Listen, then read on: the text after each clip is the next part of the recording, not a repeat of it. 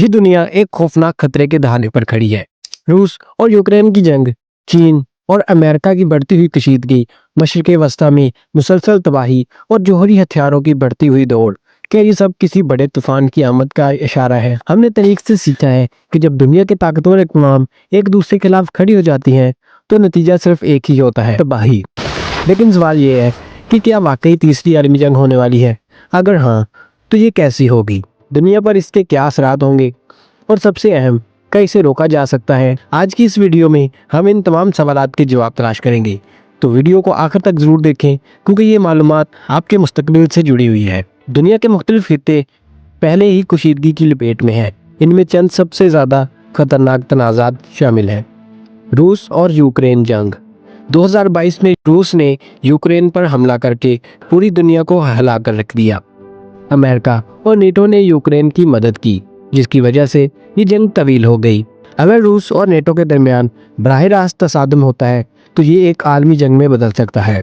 Number 2, China और Taiwan.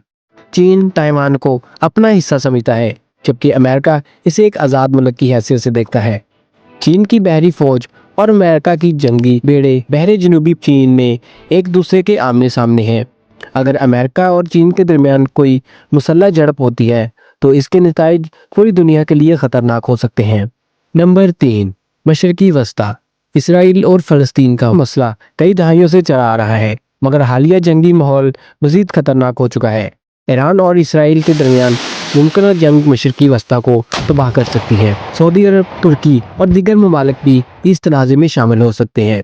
ये तमाम तनाज़ात अगर एक साथ बढ़ उठे तो तीसरी आलमी जंग नागज़ीर हो सकती है। आज की जंग माजी की जंगों से बिल्कुल मुख्तलिफ हो गई है।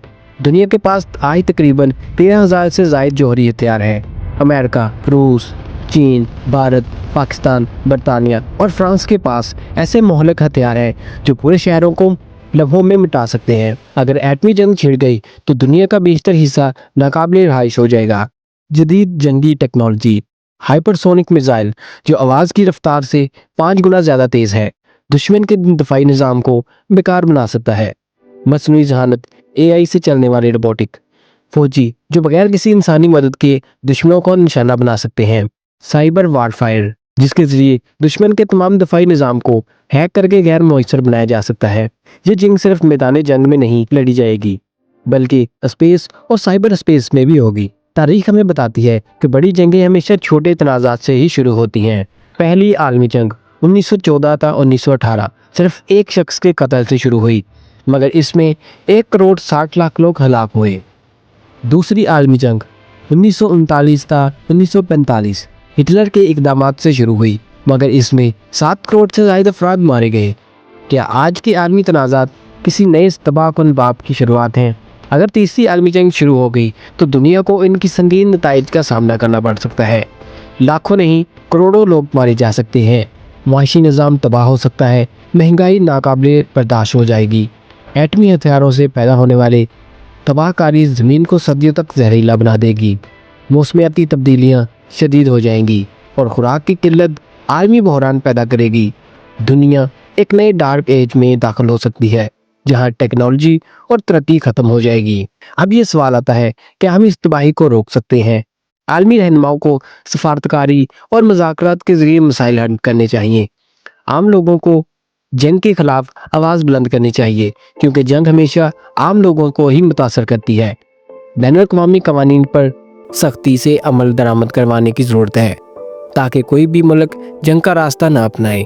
याद रखें, जंग कभी भी किसी मसले का हल नहीं, बल्कि सिर्फ मज़ीद मसाइल पैदा करती है। तो दोस्तों, आज दुनिया एक संगीन मोड़ पर खड़ी है।